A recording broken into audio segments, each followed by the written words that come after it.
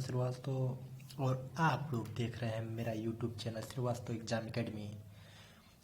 तो आइए एक थोड़ी सी बात को हम देखते हैं क्या कहता है, क्योंकि हम बताते हैं और मेरा योग भी चलता है। दोस्तों हम बताना चाहेंगे क्या है, कैसे, एक दोहे के साथ।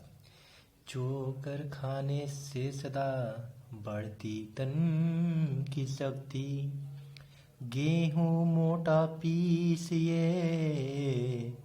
दिल में बढ़े विरक्ति।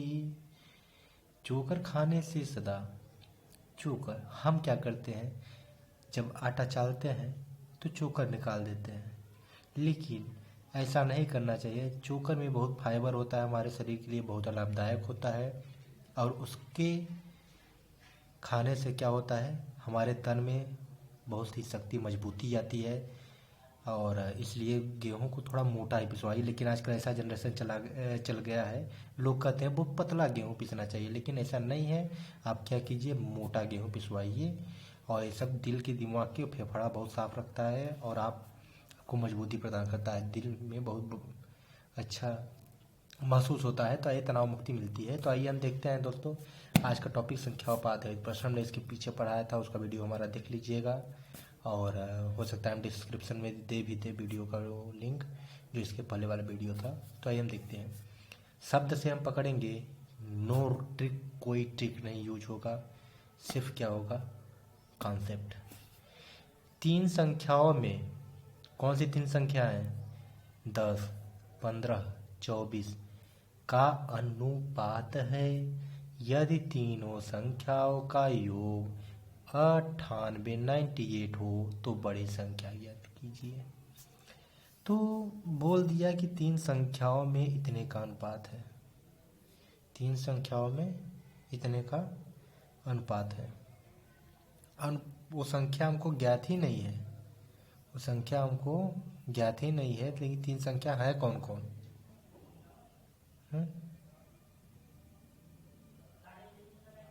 बताइए भाई। तो आइए आप लोग समझिए बस, हम क्या कर रहे हैं, तीन संख्या, ये क्या है, 10 है, ये 15 है, जो इसको हम ऐसे मान लेंगे। कह रहा है तीनों संख्याओं का योग, हम क्या कहते हैं कि ये हो गया 10 रुपया। इसको आप किस में बांटेंगे, 1:3,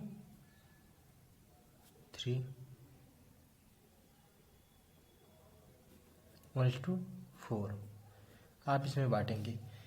ये रेशियो है, ठीक, और ये एक संख्या है, इसका ही हम देखते हैं क्या है। तो अगर बांटेंगे 10 रुपये को 1:4 में, तो क्या हो जाएगा बताइए, पहला अनुपात अपान सम ऑफ रेशियो, इन दोनों का सम, इंटू 10, ये वाला। अब 2 रुपया ये हो गया, तो अब निकालने की जरूरत नहीं है।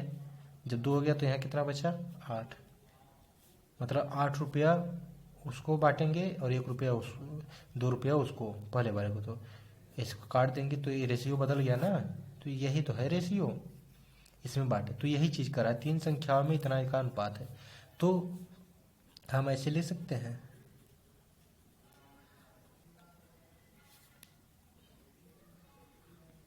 कहेंगे नहीं, क्यों नहीं, इसको हम लिख सकते हैं बड़े आसानी से। कैसे लिख सकते हैं, एक्स क्यों लिखते हैं, आज हम आपको बता देते हैं। कई कॉन्सेप्ट में लिखा रहता है, मैथ के बुक में हम बच्चे जो होते हैं वो समझ नहीं पाते हैं कि लिखा क्यों रहता है। एक्स का मतलब होता है कि ये अनुपात बता रहा है, बस 10, 15 और 24 अनुपात बता रहा है, रेशियो बता रहा है, लेकिन वो संख्या कितनी है, जब एक्स का मल्टीप्लाई करेंगे तभी तो बताएगा।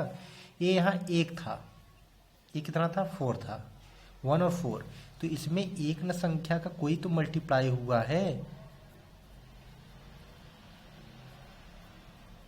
तभी ना। ये तो एक्स का काम कर रहा है, एक्स का काम कर रहा है, किसका, एक्स का। तो एक संख्या बन गई, जो संख्या को हम बांटे थे, बन गई कि नहीं भाई। तो ऐसे ही यहाँ संख्या कोई होगी, मान लेते हैं सपोज दैट 2 हो, तो 10, तो क्या हो जाएगा, 20 हो जाएगा। अब सब में वही चीज हो जाएगा कॉमनली, इसमें भी 30, इसमें भी है, आ रहा है इन दोनों का पूरा योग आ रहा है 98। तो ऐसे ही इसको हम मानकर चलते हैं। तो अब जोड़ लेते हैं, ये कितना हो जाएगा, कितना हो जाएगा, ये 10 था, 15 10 25, 25 20, 45 45 4 49।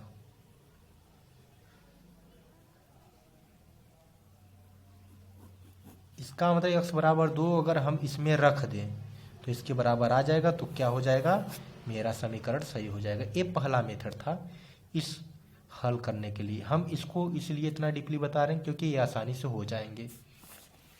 अब दूसरा मेथड देख लेते हैं। हम x x ना करें, डायरेक्ट क्या करें, इसको जोड़ देते हैं, बस जोड़ दिए।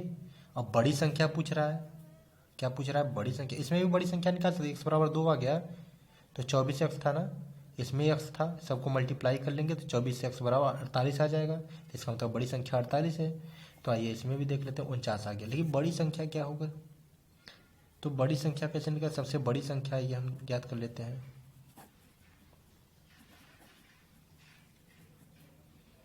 सबसे बड़ी संख्या, तो सबसे बड़ी संख्या कैसे निकलेगी, ये क्या है, इतना है। तो सबसे बड़ी संख्या अनुपात क्या था, 24, और ये क्या है 49, योग इसका 98 था इन सब का। आ गया बड़ी संख्या, बस हो गया। ये बटे में 49 क्यों करते हैं, क्योंकि इन्हीं संख्या में से इतनी संख्या है भाई। 100 में से तुम 25 पाए तो 100 नीचे लिखा जाता है, 25 ऊपर नहीं लिखा जाता है। तो जो संख्या है ऊपर लिखा जाएगा, और जिसमें से लिखा जा रहा है इसी के अंडर में आएगा ना, इसके बाहर तो आएगा नहीं। 49 है कि 50 आ जाएगा, 50 तो होगा नहीं, 49 की अंदर संख्या रहेगी, क्योंकि सबसे बड़ी तीनों की योग तो 49 ना है भाई। तब वेरी सिंपल। चलिए अब देखते हैं, अगर जहाँ नहीं समझना कमेंट में हमको बताइएगा दोस्त। एक विद्यालय में 400 विद्यार्थी थे, जिनमें लड़के तथा लड़कियां इतने के अनुपात में थे। 50 लड़कियां और बढ़ गई। अब लड़के तथा लड़कियों का अनुपात क्या हो जाएगा। कह रहा है एक विद्यालय में 400 विद्यार्थी थे, भैया भैया 400, कितना हो गया टोटल 400। लड़के तथा लड़कियां इतने के अनुपात में थे, चारों में से लड़के और लड़कियां के अनुपात कितने थे, बॉयज कितने थे एंड गर्ल्स कितने थी। तो बॉयज का अनुपात 5 और गर्ल्स के अनुपात 3। तो अब छाट लेते हैं कि भाई लड़के तो ये अनुपात था, लेकिन ये टोटल है, तो इसको हम बताएंगे कितना है। तो अभी हम बताए थे ना, ये है पूरा कितना हो जा रहा है 8, 8 में से ही 5 है, और 400 कर देंगे, 250। तो 400 से 250 हट गया तो कितना बचा 150। 150 लड़की हो गई और बॉयज कितने हो गए 250 हो गए। तो अब निकाल दीजिए, अनुपात में थी 50 लड़कियां और बढ़ गई, तो ये लड़कियों की संख्या है जनाब। तो 150 में 50 लड़कियां और बढ़ गई, तो कितनी हो गई लड़कियां 200। अब लड़के और लड़कियों का अनुपात ज्ञात हो जाएगा। तो अब बॉयज कितने हुए 250, और गर्ल्स कितनी हो गई है 50 जुड़ने के बाद 200। 5 25 25, 5 24, मतलब अनुपात कितना हो जाएगा। वेरी है। शब्द को देखकर मत घबराइए, शब्द बहुत इजी है, आप पकड़ के बस चलिए शब्द को। एक संख्या का 25% दूसरी संख्या के 20% के बराबर है, दोनों संख्याओं में अनुपात क्या है। एक संख्या का, देखिए इसका भी दो मच्छर, एक संख्या यक्स मान लेते, इसका 25%, 25%, लेकिन हटाने पर परसेंट को 100 हो जाता है, प्रति 100 मतलब प्रतिशत। दूसरी संख्या के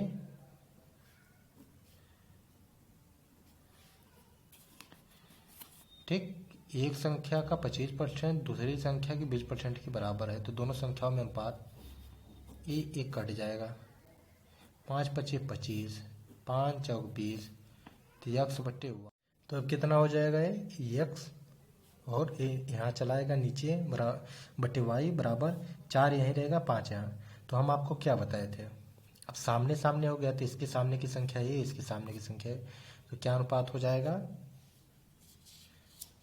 क्या अनुपात हो जाएगा भाई? यही तो अनुपात हो जाएगा।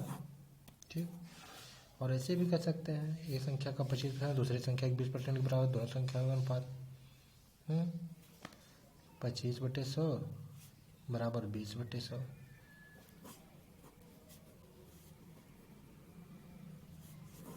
बहुत इजी कर देंगे, बस आप लोग पढ़िए मन लगा के।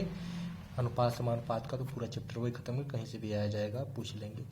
कल हम बताएंगे अभी हमारे अगली वीडियो में। वीडियो को ज़्यादा लंबी नहीं बनाते जिससे बच्चे बोर ना हो, इसलिए हम थोड़ी थोड़ी वीडियो बनाते हैं। इसके बारे में हम कल डिस्कस करेंगे, संख्या कैसे निकलती है चतुर्थानुपाती। तो अगर वीडियो अच्छी लगी हो तो लाइक कीजिए आप लोग प्लीज़।